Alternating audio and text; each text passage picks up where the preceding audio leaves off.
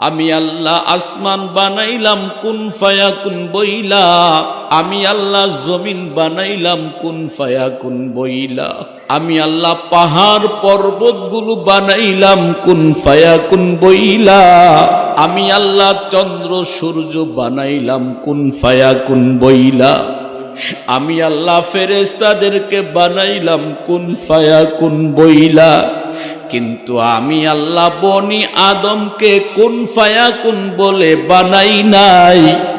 আমি আল্লাহ বনি আদমকে আমার কুদরতি হাতের দ্বারা বানাইছি।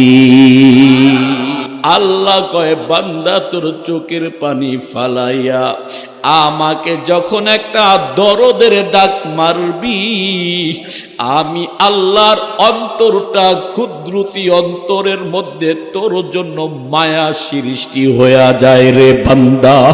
ওই তোর চোখের পানি দেখার সাথে সাথে আমি আল্লাহ তোর তাওবা কবুল করে নেই, আমি আল্লাহ তোর তাওবা কবুল করে নেই। এ বান্দা আমার কুদরতি হাতটা বাড়াইয়া তোর চোখের পানিগুলা মুইসা আমার রহমতের কোলে তোরে উঠাইয়া নে। ওরে বাবা জগৎ বিখ্যাত ওলিয়ে কামেল বাহালুল নামে একজন পাগল ছিল। ওই বাহালুল পাগল রাস্তা দিয়া হাইটা হাইটা যায়, যাইতে যাইতে দেখে একটা সাটিয়াল ময়দান। ওই ময়দানে কয়েকটা শিশু বল খেলতেছে, আর একটা শিশু রাস্তার এক কোনায় মাঠের এক কোনায় দাঁড়ায় দাঁড়ায় কান্না করতেছে। বাহালুল মনে হয় মনে মনে চিন্তা করলো, এই শিশুটাকে বল খেলায় অংশগ্রহণ করতে না দেওয়ায় মনে হয় শিশুটা কান্না করতেছে। ওই বাহালুল পাগল ওরে ওই শিশুটার কাছে যায়া কান্না করতেছে শিশু। ওই শিশুর কাছে যাইয়া বাহালুল বলতেছে, রে বাবা তোমাকে বুঝি বল খেলায় অংশগ্রহণ করতে দেয় নাই, এই জন্য বুঝি তুমি কান্না করো। তুমি টেনশন করবা না, চিন্তা করবা না, আমি বাজারে গিয়ে এক্ষুনি তোমার জন্য একটা বল কিনে নিয়ে আসব। এই সময় ওই শিশু বাচ্চাটা বাহালুলের দিকে তাকায়া বলতেছে, হে আল্লাহর গোলাম বাহালুল, আমি তো বল খেলার জন্য দুনিয়াতে আসি নাই, আমার মালিক তো আমাকে বল খেলার জন্য দুনিয়াতে পাঠায় নাই, আমার মালিক তো আমাকে দুনিয়াতে পাঠাইছে আমার মালিকের ইবাদত বন্দেগী করার জন্য। ও বাহালুল বল খেলার জন্য আমি কান্না করি না, তাইলে হে শিশু তুমি কেন কান্না করো আমাকে বলো। এবার বাহালুলকে ওই শিশুটা ডাক দিয়া বলে, হে আল্লাহর গোলাম বাহালুল, ভালো করে শুনি দাও, আমি তো আমার মাওলার জাহান্নামের ভয়ে কাঁদতেছি। এবার বাহালুল ডাক দিয়া বলে, হে শিশু, ওরে তোমার তো এখনো অনেক সময় আছে, তুমি কেন জাহান্নামের ভয়ে কাঁদো? এবার তুমি তো এখনো বাচ্চা মানুষ, এখনো শিশু মানুষ, কেন তুমি জাহান্নামের ভয়ে কাঁদো? এবার ওই শিশুটা ডাক দিয়া কহে, বাহালুল এই জন্যই আমি জাহান্নামের ভয়ে কাঁদি। আমি দেখলাম আমার মা চুলার ভিতরে যখন আগুন ধরা, আমার মা ছোট ছোট লাকড়ির দ্বারা চুলার মধ্যে আগুন ধরা দেয়। যখন চুলা ছোট লাকড়ি দিয়ে আগুন ধরা, আগুন যখন পরিপূর্ণ জ্বলে উঠে, তখন আমার মা বড় লাকড়িগুলা চুলার মধ্যে ফালায়া দেয়। এইটার দ্বারাই আমার বুঝতে আর বাকি হলো না, আমার মাওলা কিয়ামতের ময়দানে সর্বপ্রথম আমার মতো শিশুর দ্বারা জাহান্নামের আগুন জ্বালাবে। এ আল্লাহর বান্দা যুবক, এ পর্দার আড়ালের মা, এ বাবার বয়সের মুরব্বীরা গো, একটা শিশু বাচ্চা যদি আমার মাওলার জাহান্নামের ভয়ে কান্না করতে পারি, তাইলে আপনার আমার কারো বয়স 50 হলো, কারো বয়স 60 হইল, কারো বয়স 70 হইল, কারো বয়স 80, কারো বয়স 90 হইল। আহারে আমি তো কোনোদিন মাওলার জাহান্নামের ভয়ে একবারও চোখের পানি ফালায়া কাঁদলাম না। অথচ আমার আল্লাহ জানা দেয়, ইয়া আইয়ুহাল্লাযীনা আমানু, ও ঈমানদারের দল, ভালো করে তোমরা শুনে নাও, কু আনফুসাকুম, তোমরা ওই জাহান্নামের আগুন থেকে নিজেরা বাঁচো, ওয়া আহলিকুম, তোমাদের সন্তান সন্ততিদেরকে জাহান্নামের আগুন থেকে বাঁচাও, ওয়া কুদুহান নাস ওয়াল হিজারা, যেই জাহান্নামের লাকড়ি হবে মানুষ আর পাথর। ও মেহেন্দিগঞ্জের যুবক, আজকে জাহান্নামের কথা শোনার পরেও তোমার আমার দিলটা নরম হয় না। অথচ আল্লাহর একজন পয়গম্বর, জলিলুল কদর নবী পয়গম্বর মুসা আল্লাহর সাথে কথা বলার জন্য তুর পাহাড়ে যাইতেছে। পয়গম্বর মুসা তাকে দেখে একটা পাথর অজর ধারায় কাঁদতেছে। ওরে পাহাড়ের ওই পাথরের কান্নায় পানির নহর পর্যন্ত জারি হয়ে যায়। আল্লাহর পয়গম্বর মুসা পাথরের কান্না দেখে সেখানে দাঁড়াইয়া যায়। এবার পাথরকে লক্ষ্য করে বলে, হে পাথর, তুমি কেন অঝোর দ্বারা এভাবে কান্না করতেছো? ওই পাথরটা ডাক দিয়া কয়, ও পয়গম্বর মুসা, আল্লাহ তো ঘোষণা করে দিয়েছে মানুষ আর পাথর দ্বারা জাহান্নামের আগুনকে প্রজ্বলিত করবে। আমি ওই জাহান্নামের আগুন কেমনে সহ্য করব? ওই জাহান্নামের আযাবের ভয়ে, আগুনের তাপের ভয়ে আমি কান্না করতেছি। পয়গম্বর মুসা ডাক দিয়া কয়, পাথর রে, কান্নাটা বন্ধ করা যায় নাকি? পাথর ডাক দিয়া কয়, নবী, কেমনে কান্না করি? জাহান্নামের লাকড়ি বানাবে আল্লাহ, আমার ভয় হয় না জানি আমি পাথরকে আল্লাহ আগে জাহান্নামের মধ্যে নিক্ষেপ করে। পয়গম্বর মুসার বড় মায়া হয়ে যায়, আল্লাহর কাছে ডাক দিয়ে কয়, আল্লাহ,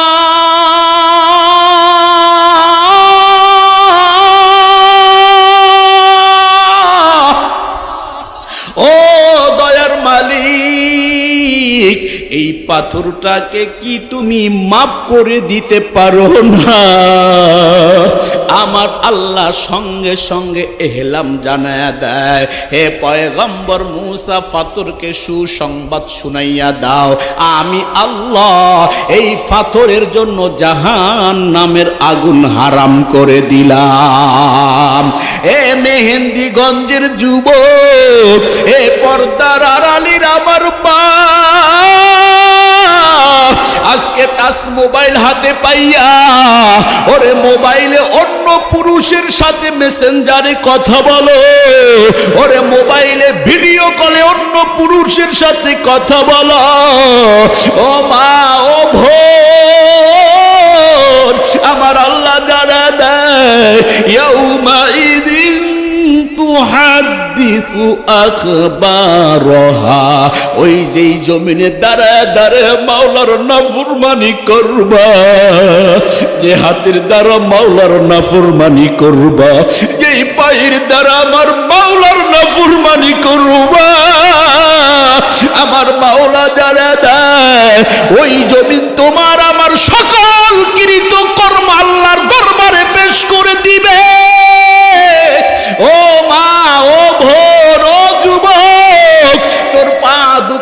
লাগা দে, তোর পা ধরে বলি এ যুবক এখনো সময় আছে, তাওবা কর রে বাবা।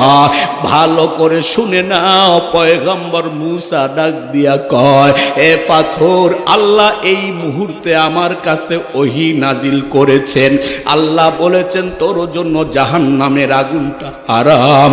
ও পাথর, কান্না বন্ধ কর। পয়গম্বর মুসা তো অন্য রাস্তা দিয়া চলে গেলেন আল্লাহর সাথে কথা বলার জন্য। ফিরার পথে আবার একই রাস্তা দিয়া ফিরতেছে, তাকায় দেখে ওরে পূর্বের পাথর এখনো মাওলার জাহান্নামের ভয়ে কাঁদতেছে। ওই পূর্বের পাথর এখনো মাওলার জাহান্নামের ভয়ে কাঁদি। পয়গম্বর মুসা ডাক দিয়া কয়, পাথর, আল্লাহ তো আমার মাধ্যমে তোরে জানায় দিয়েছি তোর জন্য জাহান্নামের আগুন হারাম। এ পাথর, তুই কেন কান্না কর? ওই পাথর ডাক দিয়া কয়, আল্লাহর নবী মুসা, যেই কান্নার কারণে জাহান্নামের আগুন থেকে বাপ পাইলাম,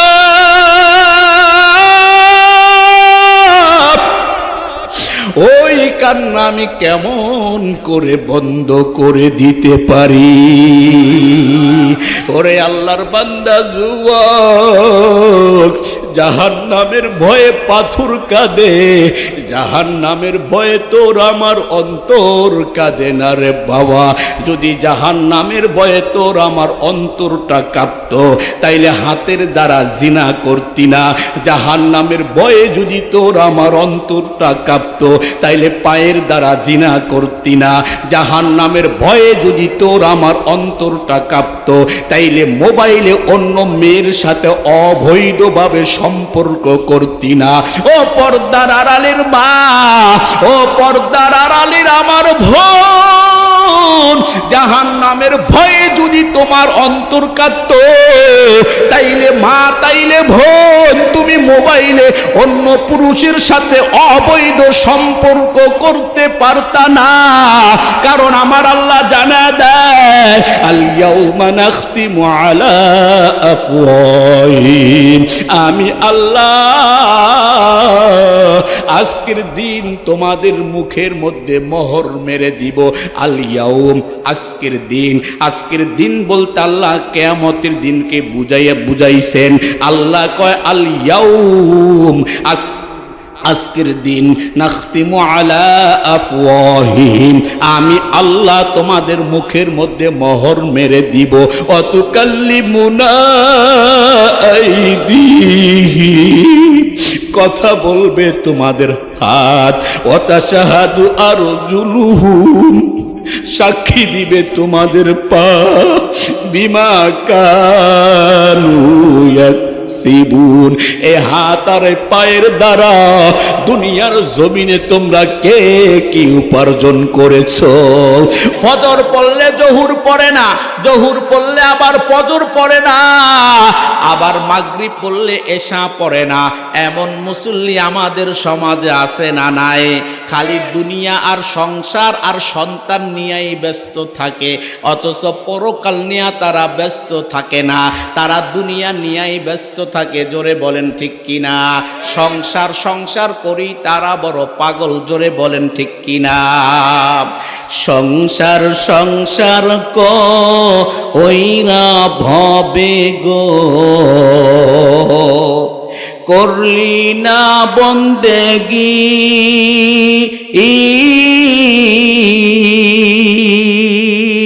কিভাবে কাটা আইবি মনরে, কবরের জিন্দেগি রে, ওরে জীবন গুনায় গুনায় গে এলো রে। ঠিক কিনা? আস্তে বলেন কেন? জোরে বলেন ঠিক কিনা? সংসার সংসার কইরা ভবে গো, করলি না বন্দেগি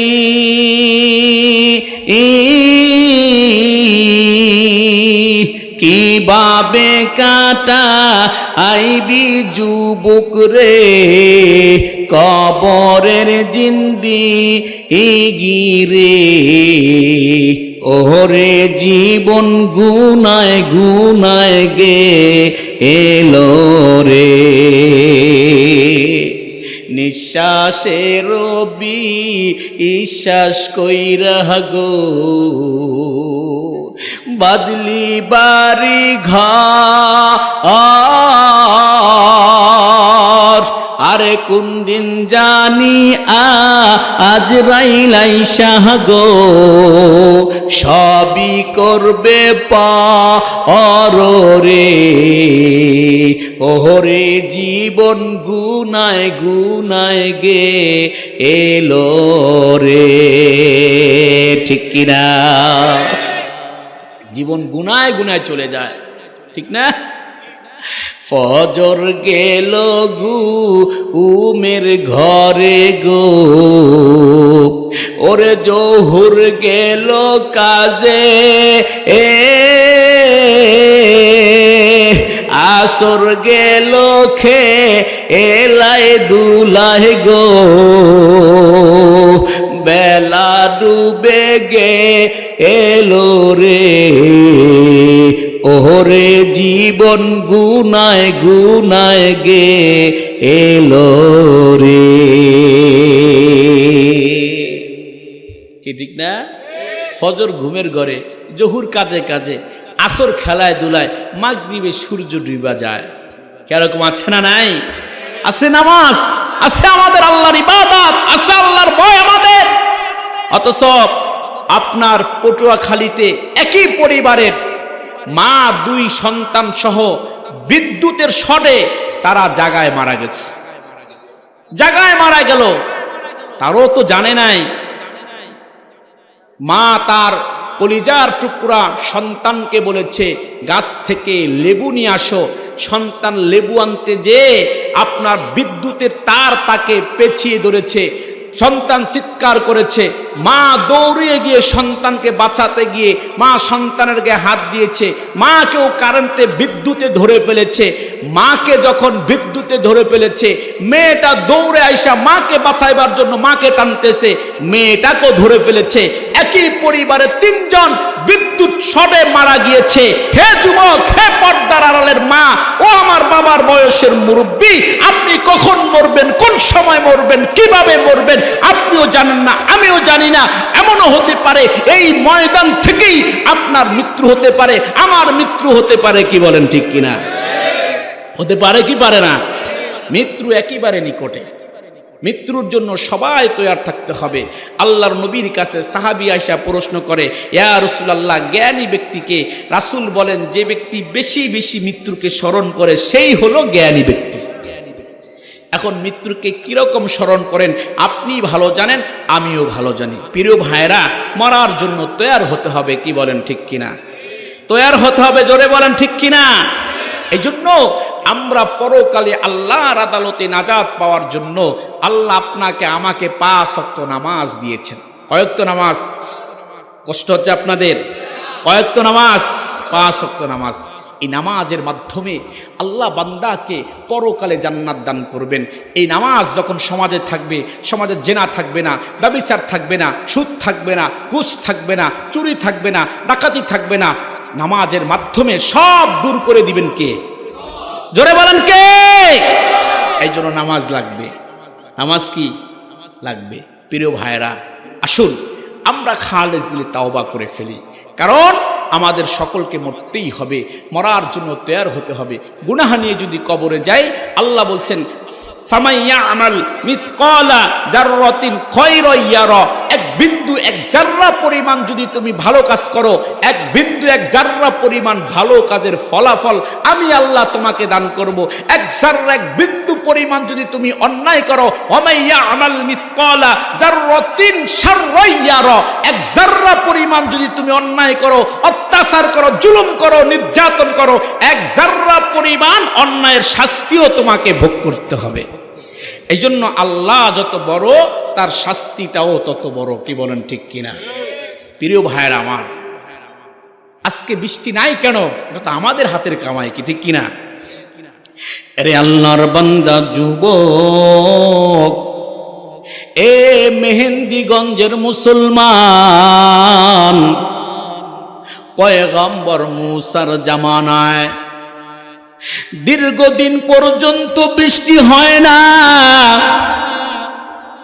পয়গম্বর মুসার কাছে একদল মানুষ আইসা কয়, হে আমাদের নবী মুসা, দীর্ঘদিন পর্যন্ত আসমান থেকে আল্লাহ বৃষ্টি দেয় না, এই জন্য আমাদের জমিগুলো ফেটে গিয়েছে, আমাদের বকরি ভেড়া মহিষগুলো কষ্ট পাচ্ছে, আমাদের শিশুরাও কষ্ট পাচ্ছে, আমাদের ফসলগুলো জ্বলে পুড়ে ছাই হয়ে যাচ্ছে, আমাদেরও কষ্ট হচ্ছে, আমাদের ব্যবসা বাণিজ্য নষ্ট হচ্ছে।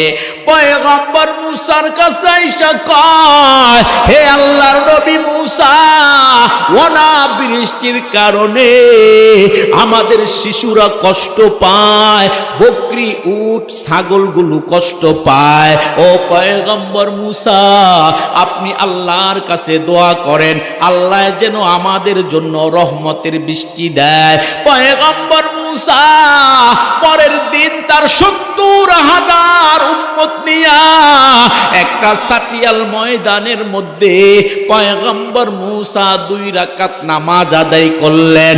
2 রাকাত নামাজ পড়া আল্লাহর পয়গম্বর মুসা আসমানের দিকে হাত উত্তোলন করলেন, আর চোখের পানি ফেলে ফেলে কান্না করে আর বলে, হৃদয়ের মালিক, অনাবৃষ্টির কারণে ও দয়ার মালিক পশু পাখি কষ্ট পায়, অনাবৃষ্টির কারণে গরু ছাগল মহিষগুলো কষ্ট পায়, উট ভেড়া বকরি কষ্ট পায়। ও দয়ার মালিক, কৃষকের ফসলগুলো নষ্ট হয়। ও দয়ার মালিক, ব্যবসায়ী ব্যবসা করতে পারে না। আপনি আসমান থেকে আমাদের জন্য রহমতের বৃষ্টি দান করেন। মুসা পয়গম্বর দোয়া করলেন, আল্লাহ রৌদ্রের তাপ আরো বাড়ায়া দিলেন, বৃষ্টি হয় না। এবার পয়গম্বর মুসা রাগ হয়ে গেলেন, হে দয়ার মালিক, আপনার কাছে চাইলাম বৃষ্টি, আপনি কেন রোদের তাপ বাড়ায়া দিলেন? কারণটা কি? আমার আল্লাহ এহলামের মাধ্যমে জানায়া দেয়, হে জামানার নবী মুসা, আমি যার জন্যই যার জন্য গুসা হয়ে, যার উপরে অসন্তুষ্ট হয়ে বৃষ্টি আমি বন্ধ করে দিয়েছি, ওই গুনাহগার ব্যক্তিটা দীর্ঘ 40 বছর পর্যন্ত অনবরত আমার নাফরমানি করিয়ে যাচ্ছে। এমন কোনো দিন নাই আমার নাফরমানি করে না, এমন কোনো রাত্র নাই আমার নাফরমানি করে না, একটা ঘন্টা অতিবাহিত হয় না আমার নাফরমানি করে না, একটা সেকেন্ড অতিবাহিত হয় না আমার নাফরমানি করে না। এই গুনাহগার অনবরত 40 বছর পর্যন্ত আমার নাফরমানি করেছে। আজকে ওই গুনাহগার ব্যক্তি তোমার মজলিসে বসা আছে, যতক্ষণ না পর্যন্ত এই গুনাহগারকে তোমার মজলিস থেকে বের করে না দিবা, ততক্ষণ পর্যন্ত আমি আল্লাহ আসমান থেকে রহমতের বৃষ্টি দিব না। আমার পয়গম্বর মুসা ডাক দিয়া কয়, আল্লাহ, ওই গুনাহগার ব্যক্তিকে আমি তো তাকে চিনি না, তার সাথে আমার কোনো পরিচয় নাই, পূর্বে তাকে কোনোদিন দেখিও না, কিভাবে আমি তাকে এই ময়দান থেকে তাড়ায়া দিব? আল্লাহ ডাক দিয়া কয়, মুসা, তুমি আওয়াজ দিয়া বলো, হে আল্লাহর নাফরমান, কে আসো 40 বছর পর্যন্ত অনবরত মাওলার নাফরমানি করিয়াছ? একটা দিনের জন্য ক্ষান্ত হও নাই, একটা রাতের জন্য ক্ষান্ত হও নাই, একটা ঘন্টার জন্য তুমি ক্ষান্ত হও নাই, একটা মিনিটের জন্য তুমি ক্ষান্ত হও নাই। 40 বছর পর্যন্ত মাওলার নাফরমানি করে করে তুমি কাটায়া দিয়েছ। এ নাফরমান, আজকে এই মজলিস থেকে বের হয়ে যাও, তোমার কারণে আল্লাহ গোসা হয়ে বৃষ্টি দেওয়া বন্ধ করে দিয়েছে। তোমার কারণে শিশুরা কষ্ট পাচ্ছে, তোমার কারণে গরু, মহিষ, উট, ভেড়া, বকরি কষ্ট পাচ্ছে, তোমার কারণে আমাদের কষ্ট হচ্ছে। তুমি বেরিয়ে যাও। এখন যদি তুমি বের হয়ে না যাও, আমি আমার আল্লাহর কাছ থেকে তোমার নাম ঠিকানা যাই না, আমি তোমাকে ধরে এই ময়দান থেকে বের করে দিব। ওরে আল্লাহর বান্দা যুবক, ও পর্দার আড়ালের আমার আম্মা জানেরা শুনিয়া নেন, এ মেহেন্দিগঞ্জের মুরব্বীরা শুনিন।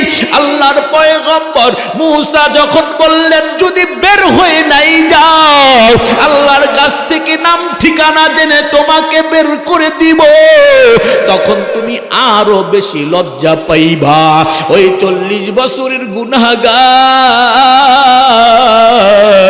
মাথাটা নিচের দিকে ঝুঁকায়া দিয়া চোখের পানি ফালায়া ফালায়া কাঁদতেছে, আর আল্লাহকে ডাক দিয়ে বলে, রে দয়ার মালিক,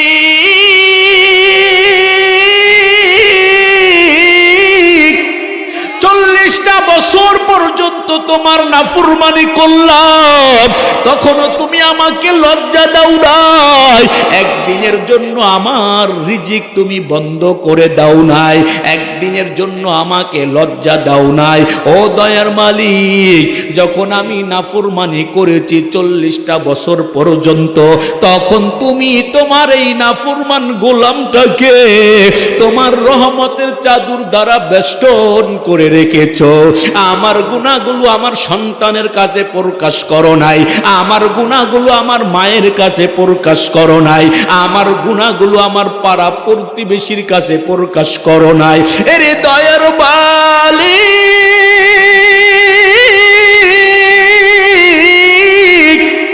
আজ যদি আমি এই ময়দান থেকে বের হয়ে যাই, তাইলে আমার গুনার কথাগুলো আমার সন্তান জানবি, আমার গুনার কথাগুলো আমার মা জানবে, আমার গুনার কথাগুলো আমার বাবা জানবে, আমার গুনার কথাগুলো আমার স্ত্রী জানবে, আমার গুনার কথাগুলো আমার বন্ধু বান্ধবে জানবে, আমার গুনার কথাগুলো পাড়া প্রতিবেশী জানবে। আমার বড় লজ্জা হবে। ও দয়ার মালিক, আমি খালেস দিলে তাওবা করলাম, আজকের পর থেকে আর জীবনে কোনোদিন আমি অন্যায় কাজ করব না। পয়গম্বর মূসা দেখতেছেন মুহূর্তের মধ্যে আসমানে মেঘ, আসমানটা কালো হয়ে গেল, হঠাৎ করে মুষল ধারে বৃষ্টিগুলো পড়তেছি। পয়গম্বর মূসা তাকায় তাকায় দেখে মুষল ধারে বৃষ্টি পড়ে পড়ে মাঠটা, বন্ধুরা আমার, বৃষ্টির পানির দ্বারা মাঠ পরিপূর্ণ হয়ে গেছেন। আল্লাহ হযরতে মূসা পয়গম্বর আল্লাহকে ডাক দিয়া কে, আল্লাহ, দীর্ঘ সময় মুনাজাত করেছি, বৃষ্টি দিবা না, এই ময়দানে নাকি একজন 40 বছরের গুনাহগার বসে আছে, তার উপরে গোসা হয়ে নাকি তুমি বৃষ্টি দাও না। ও দয়ার মালিক, আমি তো দেখি নাই কোন গুনাহগার এখান থেকে বের হয়ে যায় না। ও দয়ার মালিক, তুমি কেন বৃষ্টি দিয়েছো আমি জানতে চাই। আমার আমার আল্লাহ জানা দেয়, আমার দয়ার মালিক জানা দেয়।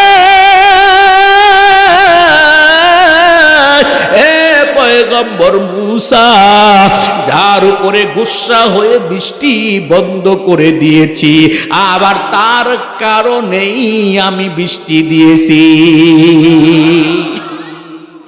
যার উপরে গুসা হয়ে আমি বৃষ্টি বন্ধ করে দিয়েছি, তার উপরে আবার রাজি হইয়া তার কান্না দেইখা, তার চোখের পানি দেইখা, তার কাগুতি মিনতি দেইখা আমি আল্লাহ তার কারণে আবার বৃষ্টি দিয়েছি। আমার আল্লাহকে মূসা পয়গম্বরকে, আল্লাহ, ওই ব্যক্তিটাকে আমাকে একবার দেখায়া দেন। আমার আল্লাহ জানা দেয়, হে মূসা পয়গম্বর, আমার বান্দা যখন 40টা বছর ধরে আমার নাফরমানি করেছে, একটি বারের জন্য আমি তার গুনাহ প্রকাশ করে তাকে লজ্জা দেই না। আজকে আমার বান্দা তাওবা করেছে, আজকে আমার বান্দা আমাকে আল্লাহ বলে ডেকেছে। আমার বান্দা আমাকে 40 বছর পরে আমাকে আল্লাহ বলে ডাক দিয়েছে। রে মূসা, ওই 40 বছর গুনাহ করে করে জীবনটা কাটাইছে, একটা বারের জন্য আমাকে আল্লাহ বলে ডাকে নাই। আজকে 40 বছর পরে আমাকে আল্লাহ বলে ডেকেছে। এ মূসা, তুমি শুনে নাও, আমি আল্লাহ 40 বছরের গুনাহ তার গোপন রেখেছি। আমি আল্লাহ তোমার কাছে ওই লোকটাকে প্রকাশ করে তোমার কাছে তাকে ছোট করব না, কারণ আমি আমার বান্দাগুলোকে আমার কুদরতি হাতে বানাইছি।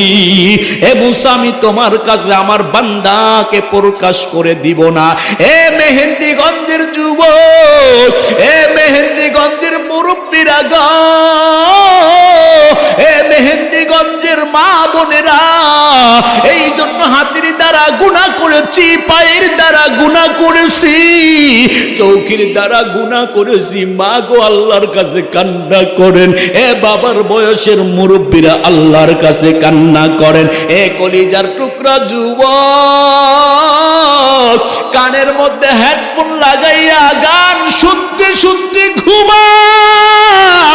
এ যুবক, তুমি কি শুনো নাই? ওই কয়েকদিন আগে মাদ্রাসার একটা ছাত্র, মাত্র 8 থেকে 10 বছর বয়স, এই ছাত্রটা স্ট্রোক করে জায়গায় মারা গেছে। রে বাবা, আজকে কানের মধ্যে মোবাইলের হেডফোন ঢুকায়া গান শোনো। এ বাবা, এমনও হতে পারে রে যুবক, ওই ঘুমের ঘরে গান শুনতে শুনতে তোর মৃত্যু হয়ে যেতে পারে। এ যুবক, তুমি কি দেখো না কত যুবক 10-20 তলা বিল্ডিং এর উপর থেকে নিচে পড়ে মারা যায়, কত যুবক সড়ক দুর্ঘটনায় মারা যায়। এ যুবক, তুমি কি দেখো না তোমার মতো কত যুবক আগুনে পুড়ে পুড়ে মারা যায়? এ যুবক, তুমি কি দেখো না তোমার মতো কত যুবক পানিতে পড়ে মারা যায়? আজকে বাবা দেখলাম আল্লাহর এক বান্দা কাজ করতে বের হয়েছেন, ফেরিওয়ালা। আল্লাহর বান্দা ফেরিগিরি করে, আল্লাহর বান্দা কাজের সন্ধানে বের হয়েছেন। বাবা যখন কাজের সন্ধানে বের হয়ে যখন কিছু দূর আগায় গেলেন, এক গ্রাম থেকে যখন আরেক গ্রামে গেলেন, আল্লাহর বান্দা ওই অবস্থায় স্ট্রোক করে মারা গেলেন। ওরে বাবা, কখন মরবা, কোন সময় মরবা রে যুবক, কোনো গ্যারান্টি নাই রে বাবা। হঠাৎ করে মৃত্যু চলে আসতে পারে। আর বাবা, গান শুনে আর আমল নামাকে তুমি গুনার দ্বারা পরিপূর্ণ করো না। এ যুবক, নামাজ পড়ে পড়ে তোমার আমল নামাকে নেকের দ্বারা পরিপূর্ণ করো। হে যুবক, নামাজ পড়ে পড়ে রোজা রেখে রেখে তোমার আমল নামাকে নেকের দ্বারা পরিপূর্ণ করো। হে যুবক, জিকির করে করে তোমার আমল নামাকে নেকের দ্বারা পরিপূর্ণ করো। হে যুবক, কোরআন তিলাওয়াত করে করে তোমার আমল নামাকে নেকের দ্বারা পরিপূর্ণ করো। কারণ যুবক, ভালো করে শুনি না, ওই কবর প্রতিদিন 3টা ডাক দেয়, আনা বাইতুল ওয়াহাদা, আমি একা একা থাকার ঘর, আনা বাইতুত তুত, আমি পোকামাকড়ের ঘর। ওরে বাবা, তোমার আমার বিছানায় যদি একটা সাপ দেখা যায়, ওই বিছানায় তোমাকে কোটি টাকা দিয়েও কেউ শোয়াইতে পারবি না। এ মেহেন্দিগঞ্জের যুবক, হাতে পায়ে বেঁধেও তোমাকে ওই বিছানায় কেউ শোয়াইতে পারবে না।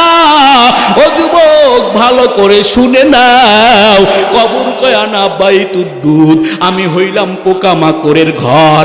ওরে বাবা, কবরের মধ্যে এমন সাপ বিচ্ছু থাকবে, কবরের মধ্যে এমন অন্ধকার থাকবে রে বাবা। ও বাবা, কবর ডাক দিয়া বলতেছে, আনা বাইতুত তুরব, আমি হইলাম মাটির ঘর। কবর কয় আমি একা একা থাকার জায়গা, কবর কয় আমি পোকামাকড়ের ঘর।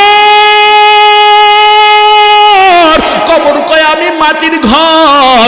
এ যুবক তুমি যখন মারা যাইবা তোমার সাদের বাড়ি বাড়ির জায়গায় থেকে যাবি, তোমার সাদের স্ত্রী বাড়ির জায়গায় থেকে যাবে, তোমার সন্তান সন্তানের জায়গায় থেকে যাবে। এ যুবক তোমার ব্যাংক ব্যালেন্সের জায়গায় থেকে যাবে, তোমার শখের গাড়ি গাড়ির জায়গায় থেকে যাবে। এ যুবক শোনো, আল্লাহ বলতেছে লা ইয়ানফাউ মালু ওয়ালা বানুন। ও যুবক আল্লাহ বলতেছেন তোমার সন্তান তোমার সম্পদ পরকালে কোনো কাজে আসবে না, সন্তানও কোনো কাজে আসবে না, সম্পদও কোনো কাজে আসবে না। আল্লাহ বলতেছেন ইল্লা মান আতাল্লাহ বিকলবিন সালিম, একমাত্র ওই ব্যক্তি নাজাত আর মুক্তি পায়া জান্নাতে যাবে যেই ব্যক্তির অন্তরটা হলো পবিত্র। এ যুবক ভালো করে শুনে নে রে বাবা, তুমি যখন মারা যাইবা তোমার শরীরের মধ্যে 3 টুকরা সাদা কাপড় পরায়া দিবে। এ বাবা মাথার মধ্যে একটা বান দিবে, বুকের মধ্যে আরেকটা বান, পায়ে একটা বান দিয়া সাদা 3 কাপড়, সাদা 3 কাপড়ের প্যাকেট করিয়া এ যুবক যখন খাদের উপরে শোয়া রাখবে আত্মীয় স্বজন গুলো একবার তাকাইবার পর আরেকবার ভয়ে কেউ তাকাইবে না রে বাবা। এই জন্য বলি বন্ধু, শেষ বিদায়ের জানাজা পড়াইবার পরে খাটটা কাঁধে করে আত্মীয় স্বজন গুলো কবরের দিকে নিয়ে যাবে। খাটটা যখন কবরের পশ্চিম পাশে রাখবে, রাখার পরে 4 জন অথবা 3 জন লাফ দিয়া কবরের মধ্যে নামবে। কবরে নামার পর তোমার আমার লাশটাকে ধরে ধরে কবরে রাখবে, মাথার বানও খুলে দিবে, বুকের বানও খুলে দিবে, পায়ের বানও খুলে দিবে রে বাবা।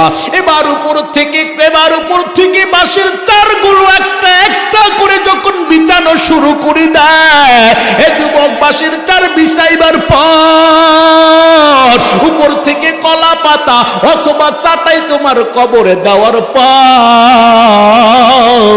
এবার যুবক উপর থেকে মাটিগুলা আস্তে করে কবর দিবে। আস্তে আস্তে মাটিগুলা কবরে দেয়, আস্তে আস্তে কবরটা অন্ধকার হয়ে যায়, আস্তে আস্তে কবরে মাটি দেয়, আস্তে আস্তে কবরটা অন্ধকার হয়ে যায়। এক সময় মাটি দাও শেষ, ওরে কবরটাও ভয়ঙ্কর অন্ধকারের রূপ ধারণ করে ফেলল রে বাবা। এবার ডানে তাকাইবা দেখবা মাটি, এবার বামে তাকাইবা দেখবা মাটি, এবার সামনে তাকাইবা দেখবা মাটি, এবার পিছনে তাকাইবা দেখবা মাটি, এবার উপরে তাকাইবা দেখবা মাটি।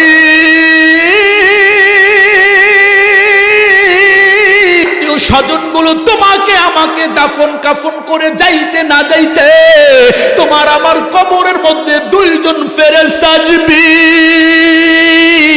তোমাকে আমাকে 3টা প্রশ্ন করবে। একটা প্রশ্ন করবে তোমার রবের পরিচয় দাও, 2 নাম্বার প্রশ্ন করবে তোমার ধর্মের পরিচয় দাও, 3 নাম্বার প্রশ্ন করবে তোমার নবীর পরিচয় দাও।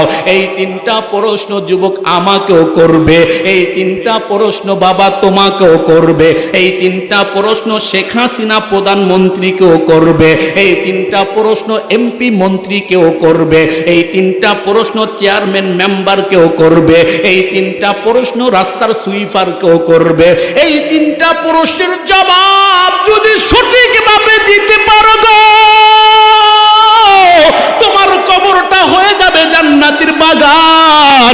আর এই 3 প্রশ্নের মধ্যে যদি যুবক তুমি আটকাইয়া যাও, এই 3 প্রশ্নের জবাব যদি যুবক তুমি ঠিক মতো না দিতে পারো, তখন যুবক তোমার মুখ থেকে বের হয়ে আসবে আহা লাদরি, আমি কিছুই জানি না। আমার আল্লাহ গোসা হয়ে বলবে এ কবরের মাটি এই নাফরমানকে ধর।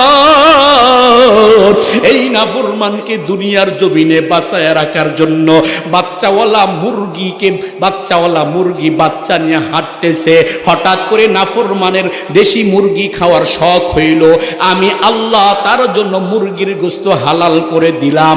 ওই বুড়ো মুরগাটারে মা মুরগিকে নাফরমান জবাই করে খাইলো, বাচ্চা মুরগিগুলো টেটে করে মায়ের জন্য হাউ মাউ করে কান্না করল। বলল, মাকে তোর বাচ্চা পাই না, এই নাফরমানকে আমি আল্লাহ বাঁচায় রাখার জন্য কতই না সুস্বাদু খাবার খাওয়াইলাম, এই নাফরমানকে বাঁচায় রাখার জন্য আমি আল্লাহ গাভীর দুধ ওরে খাওয়াইলাম, গাভীর বাচ্চাটাকে বেঁধে রাইখা এই নাফরমান দুধ দোয়া দোয়া দোয়া দোয়া নাফরমান খাইছে, গাভীর বাচ্চাটা দুধের জন্য কান্না করেছে।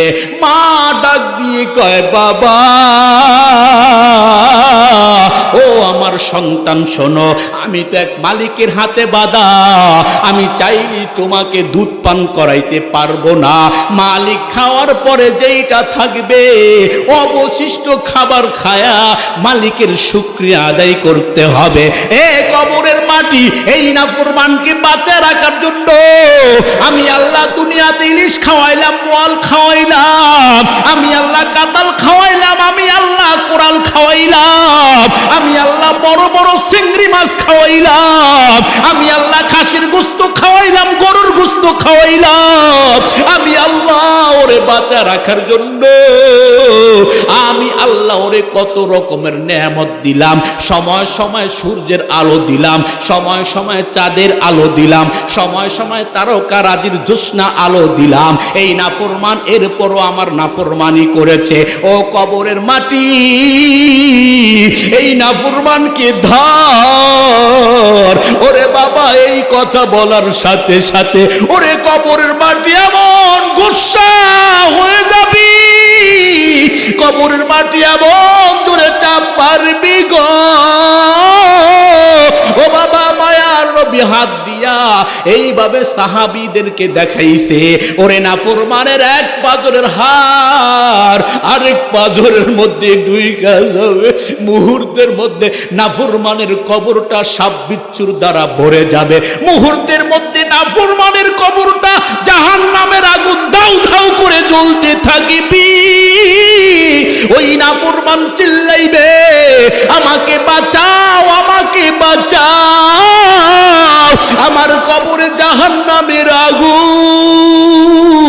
ওরে যুবক, ও পর্দার আড়ালের মা, দুনিয়ার ঘরে আগুন লাগলে মানুষ চিৎকার করে, আমার ঘরে আগুন লেগেছে, আগুন নিবায়া দাও। মানুষ চতুর্দিক থেকে দৌড়ায়া আইসা আগুন নিবাইবার চেষ্টা করে।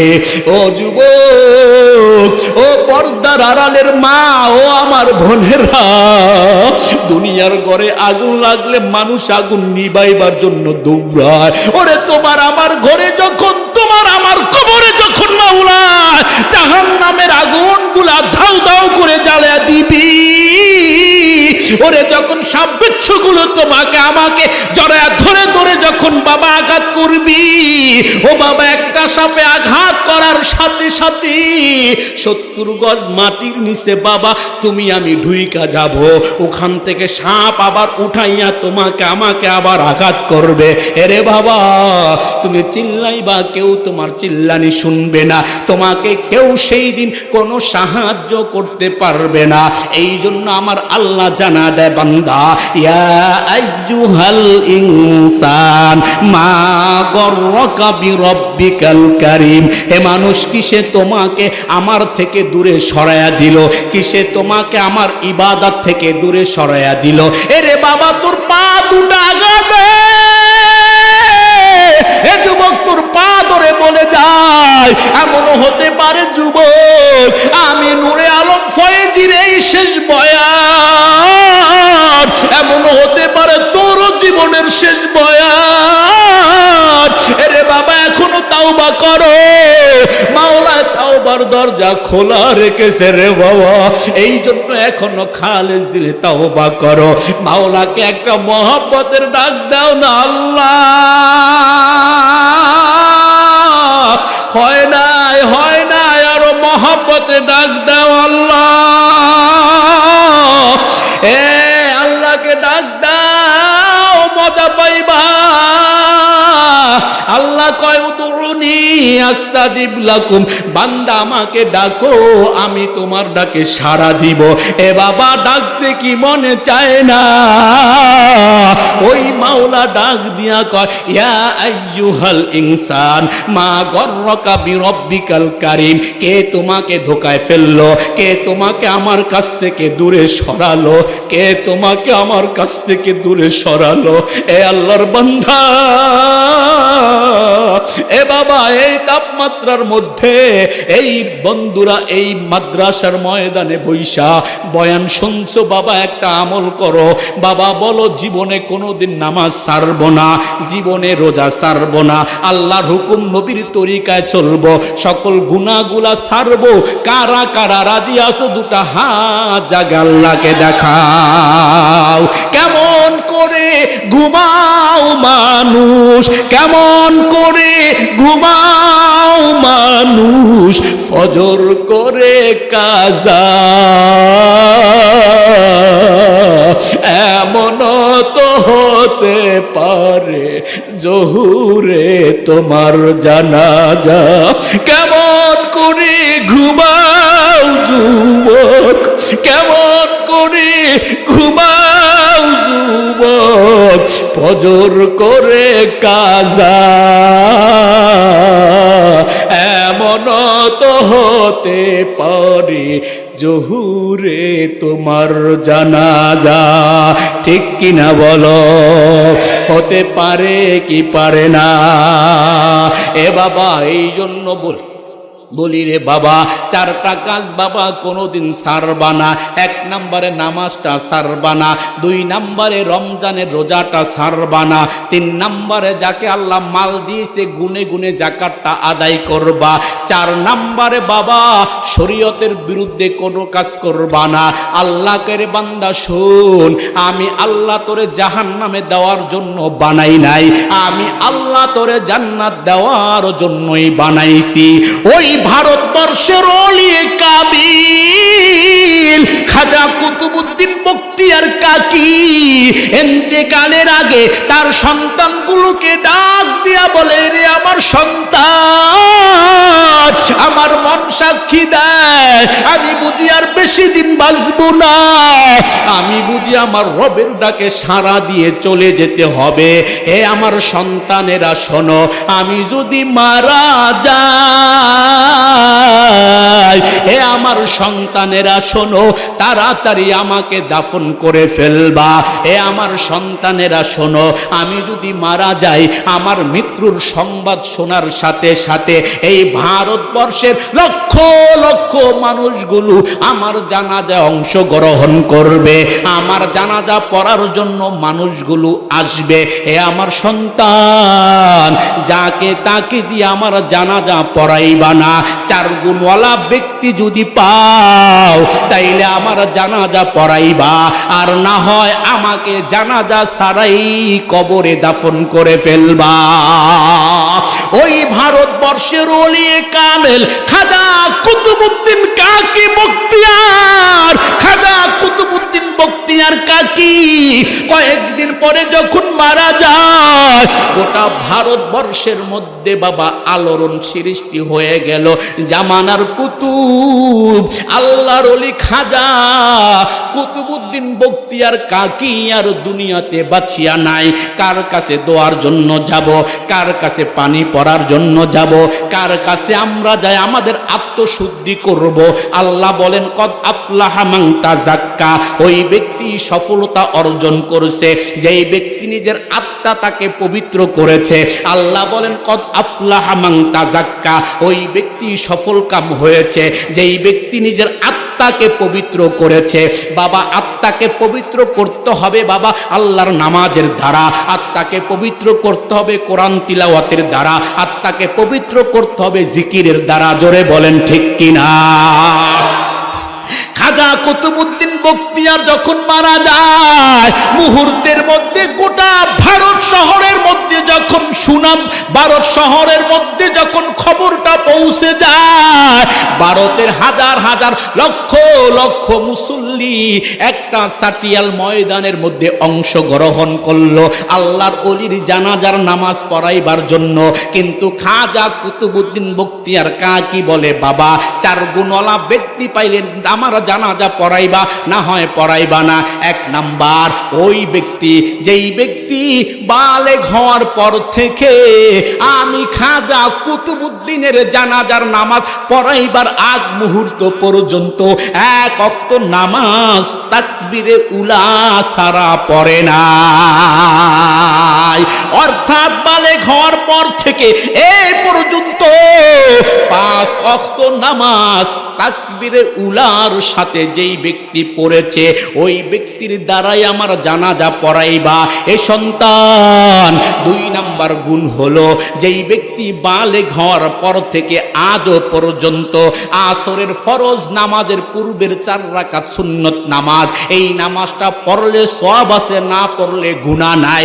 যেই ব্যক্তি বালেগ হওয়ার পর থেকে আজও পর্যন্ত আসরের ফরজ নামাজের পূর্বের 4 রাকাত সুন্নত নামাজ কাজা করে নাই, এই ব্যক্তিকে পাইলে তার দ্বারা আমার জানাজা পড়াইবা। এ সন্তান শুনো, 3 নাম্বার গুণ হলো যেই ব্যক্তি বালেগ হওয়ার পর থেকে আজও পর্যন্ত গভীর রাতের তাহাজ্জুদের নামাজ কাজা করে না, এই ব্যক্তি যদি পাও আমার জানাজা পড়াইবা। এ সন্তান, 4 নাম্বার গুণ হলো যেই ব্যক্তি বালেগ হওয়ার পর থেকে আমি খাজা কুতুবউদ্দিন বখতিয়ার কাকির জানাজার নামাজ পড়াইবার আগ মুহূর্ত পর্যন্ত কোনোদিন কোনো সময় ইচ্ছা হোক অনিচ্ছা হোক কোনো বেগানা মহিলার দিকে তাকায় না, ওই ব্যক্তির দ্বারাই আমার জানাজা পড়াইবা। 4 গুণওয়ালা ব্যক্তি যদি পাও তাইলে আমার জানাজার নামাজ পড়াইবা, না হইলে জানাজা না পড়াইয়া দাফন করবা। 1 নাম্বার 5 ওয়াক্ত নামাজ জামাতে পড়তে হবে। 2 নাম্বার আসরের ফরজ নামাজের পূর্বের 4 রাকাত সুন্নত নামাজ পড়তে হবে। 3 নাম্বার গভীর রাতের তাহাজ্জুদের নামাজ পড়তে হবে। 4 নাম্বার, ওরে বালেগ হওয়ার পর থেকে আজও পর্যন্ত কোনো বেগানা নারীর দিকে চোখ উঠায়া তাকায় নাই, এই 4 গুণওয়ালা ব্যক্তির দ্বারাই আমার জানাজা পড়াইবা। ও বাবা, সময় মতো খাজা কুতুবউদ্দিন বখতিয়ার কাকিকে গোসল দেওয়া হলো, তার শরীরের মধ্যে কাপন পরানো হলো, খাটিয়ার ভিতরে চড়াইয়া সন্তানগুলো কাঁধে করে করে হাঁটি হাঁটি পা পা করে করে চাটিয়াল ময়দানের মধ্যে যায় হাজির হইয়া গেল। লক্ষ লক্ষ মুসল্লি উপস্থিত হইয়া গেল আল্লাহর ওলি খাজা কুতুবউদ্দিন বখতিয়ার কাকির জানাজার নামাজটা পড়ার জন্য। ঠিক এমন সময় ওই বন্ধু জানাজা সামনে রাইকা খাজা কুতুবউদ্দিন বখতিয়ারের সন্তান দাঁড়ায়া ডাক দিয়া কয়, হে উপস্থিত মুসল্লিরা, হে উপস্থিত জনগণেরা, শোনেন, আমার বাবা বলে গিয়েছেন 4 গুণওয়ালা ব্যক্তি যদি পায় বাবার জানাজার নামাজ পড়াইবার জন্য, 4 গুণওয়ালা ব্যক্তি না পাইলে বাবাকে জানাজা না পড়াইয়া কবরে রাখতে বলেছেন। 4 গুণওয়ালা ব্যক্তি কে আছো? একটু হাত জাগাও। এবার গুণগুলা বলতেছে, আমার বাবা বলেছেন বালেগ হওয়ার পর থেকে আমি খাজা কুতুবউদ্দিন বখতিয়ার কাকির জানাজা নামাজ পড়াইবার আগ মুহূর্ত পর্যন্ত যেই ব্যক্তির জামাত ছুটিয়া যায় নাই।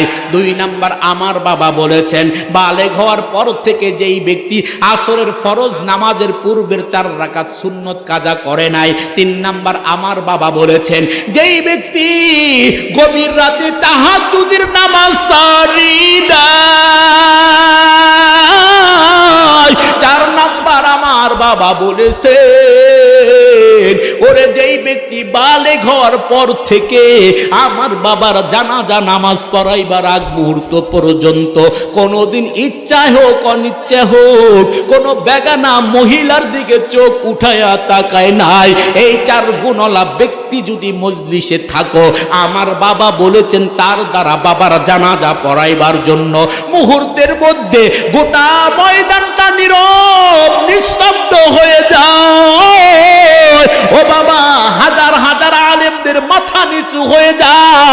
কেউ সাহস করে সামনে আসতেছি না। খাজা কুতুবউদ্দিন কাকি বখতিয়ারের জানাজার নামাজটা পড়াইবার জন্য ওইদিকে বেলা ডুবে যাইতেছে, বেলা মাথার উপরে চলে যাচ্ছে। বাবা বেলা ডুবে যায়। এবার খাজা কুতুবউদ্দিন কাকি বখতিয়ারের সন্তানেরা বলতেছে, তাইলে কি এই মজলিসের মধ্যে চার গুণওয়ালা ব্যক্তি পাওয়া যায় নাই? যদি এই মজলিসে চার গুণওয়ালা ব্যক্তি নাই থাকবা, আমার বাবা কেনই বা বইলা গেছে?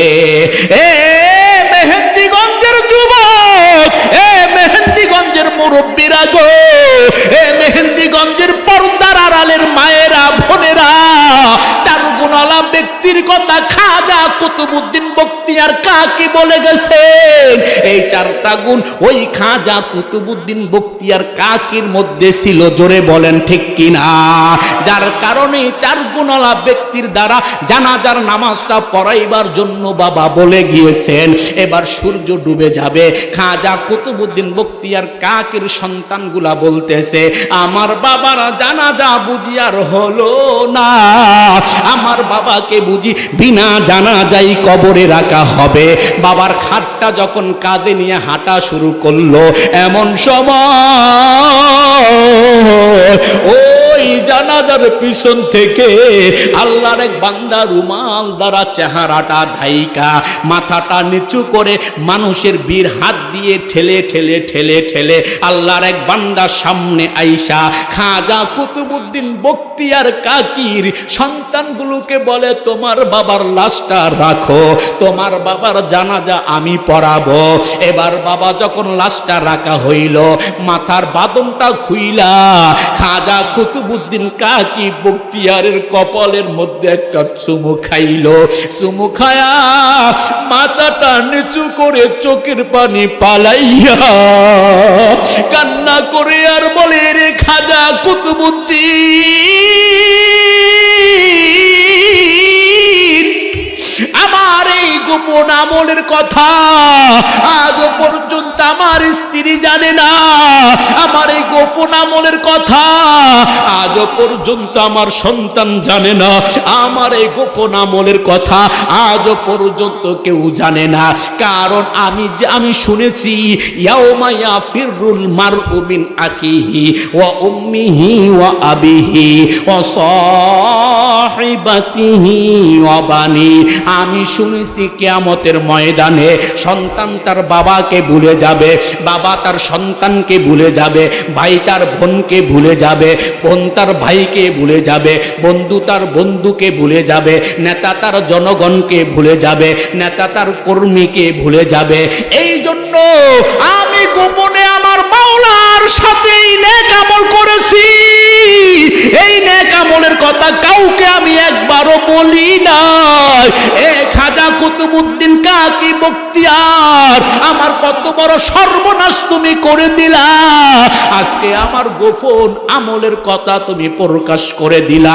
এ বাবা, রুমালটা দিয়া রুমালটা সামনে টাইনা আল্লাহর বান্দা খাজা কুতুবউদ্দিন বখতিয়ার কাকির জানাজার নামাজটা পড়ায়া দিল।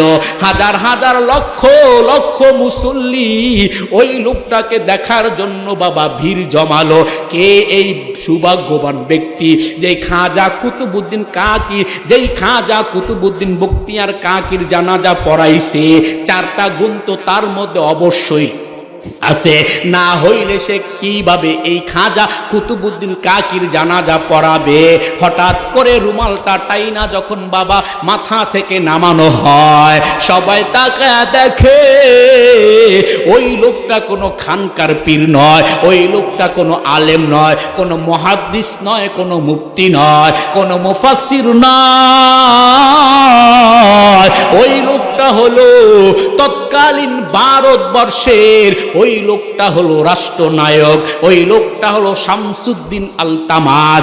বাবা একদিকে রাষ্ট্র পরিচালনা করছেন, আর একদিকে 5 ওয়াক্ত নামাজ জামাতে পড়ছেন, একদিকে জনগণের খোঁজ খবর রাখছেন, আর একদিকে গভীর রাতের তাহাজ্জুদের নামাজ পড়ছেন, একদিকে ছেলে সন্তানকে লালন পালন করছেন, একদিকে স্ত্রীদেরকে দেখাশোনা করেছেন, আর একদিকে বাবা আসরের পূর্বের 4 রাকাত সুন্নত নামাজ আদায় করেছেন, একদিকে একদিকে বাবা মানুষের ন্যায় বিচার প্রতিষ্ঠা করেছেন, আরেকদিকে কোনো বেগানা নারীর দিকে চোখ তুলে তাকায় না।